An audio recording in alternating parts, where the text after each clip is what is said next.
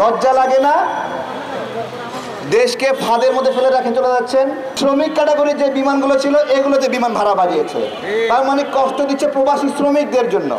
কোন শেখ হাসিনা এবং শেখ রেহানা এখানে অবস্থান করছে যে বিমান ভাড়ার পিছনে কলকাঠি নাড়ছে? লজ্জা লাগে না? দেশকে ফাঁদের মধ্যে ফেলে রেখে চলে যাচ্ছেন,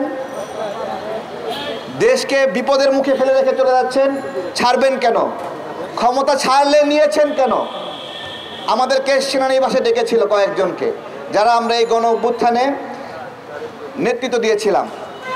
সেই সময় আমাদেরকে বলেছিল যে আপনারা যেহেতু অনেক জীবনের ঝুঁকি নিয়ে এই লড়াই করেছেন, আমি নামগুলো বলি, আমাকে বলেছিল, আক্তারকে বলেছিল, নুরুল হক নূরকে সহ কয়েকজনকে এইভাবে বলেছিল যে এরকম কিছু তরুণকে এই উপদেষ্টা প্যানেলে যুক্ত করবে।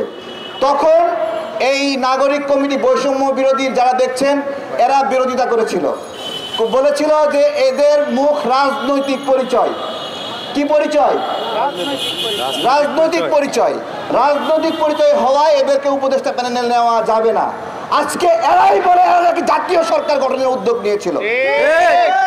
আমার কথা হলো, আমি রাজনৈতিক পরিচয়ের, তুমিও তো এখন রাজনৈতিক পরিচয় ধারণ করতেছো, তুমি তো ওই একই পথে হাঁটলা, তাহলে তুমি কেন বাগড়া দিছিলা?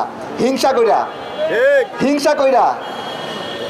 তো যাই এগুলো বলছি কেন বলছি যে মানে আমরা গু খাই, কিন্তু ওরাও শেষমেশ গু খাওয়ার পথে আসতেছে। বুঝতে পেরেছেন? মানে রাজনীতিবিদরা খারাপ, আমরা গু খাই ধরেন, তা ওরাও সেই রাজনীতির পথে আসতেছে গু খাওয়ার জন্য, তাই তো? আমার এই কথাগুলো বলার কারণ হলো বিমান ভাড়া যে বিষয়টা দেখেন, বিমান ভাড়া ছিল 50,000 টাকা, কোথাও ছিল 30,000 টাকা।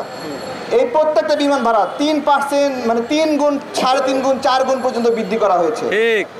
তাহলে আমার একজন বিমানের 2 ধরনের ক্যাটাগরি আছে, একটা হলো ভিআইপিদের ক্যাটাগরি আছে, আরেকটা ক্যাটাগরি আছে হলো মানে একটু লো ক্লাসের কম দামের ক্যাটাগরি। তাহলে যদি সত্যিকার অর্থে সরকার আয় করতে চায় তাহলে ভিআইপিদের ভাড়া বাড়িয়ে দেখ। আপনি দেখবেন ভিআইপিদের ভাড়া তেমন বাড়ে নাই। শ্রমিক ক্যাটাগরির যে বিমানগুলো ছিল এগুলোতে বিমান ভাড়া বাড়িয়েছে, তার মানে কষ্ট দিচ্ছে প্রবাসী শ্রমিকদের জন্য। প্রবাসীদের জন্য এত দরদ, এত মায়া।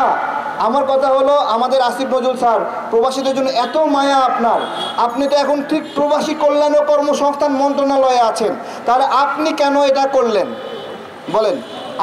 আপনার এখানে কি স্বার্থ যে আপনি প্রবাসীদের বিমান ভাড়াটা বাড়িয়ে দিলেন?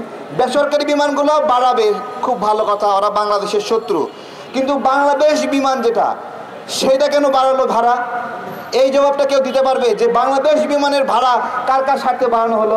তার মানে ওই সিন্ডিকেটের টেবিলে বাংলাদেশ বিমানেরও প্রতিনিধি ছিল, যারা সিন্ডিকেটের স্বার্থ বাস্তবায়ন করার জন্য বিমান ভাড়াটা বাড়ালো।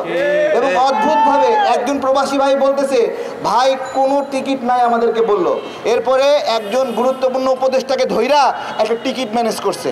এরপর ভালো কথা, উপদেষ্টাকে ম্যানেজ করে টিকিট নিতে হচ্ছে বাংলাদেশ বিমানে। এখন উনি বিমানে উঠে দেখে যে প্রায় 37-40টা সিট ফাঁকাই রয়েছে। বুঝতে পেরেছেন? এগুলো ফাঁকাই চলে যাবে, তারপরেও প্রবাসীদেরকে মানে কম খরচে দেবে না, সিন্ডিকেট করে রেখেছে। এই শয়তানিগুলো শেখ হাসিনার সময়ে হতো। ওই সময় আলগা মমিন এবং এমরান সাহেব তারা বলেছিল যে বিমান ভাড়া আমাদের হাতের মধ্যে নাই। তো বিমান ভাড়া কার হাতের মধ্যে রয়েছে? তখন আমরা বুঝতে পারলাম, ও এটা শেখ হাসিনা নিজেই নিয়ন্ত্রণ করে, শেখ রেহানা নিয়ন্ত্রণ করে। আমার কথা হলো, শেখ হাসিনা এবং শেখ রেহানাকে আমরা বিদায় করেছি। এখন কোন শেখ হাসিনা এবং শেখ রেহানা এখানে অবস্থান করছে যে বিমান ভাড়ার পিছনে কলকাঠি নাড়ছে?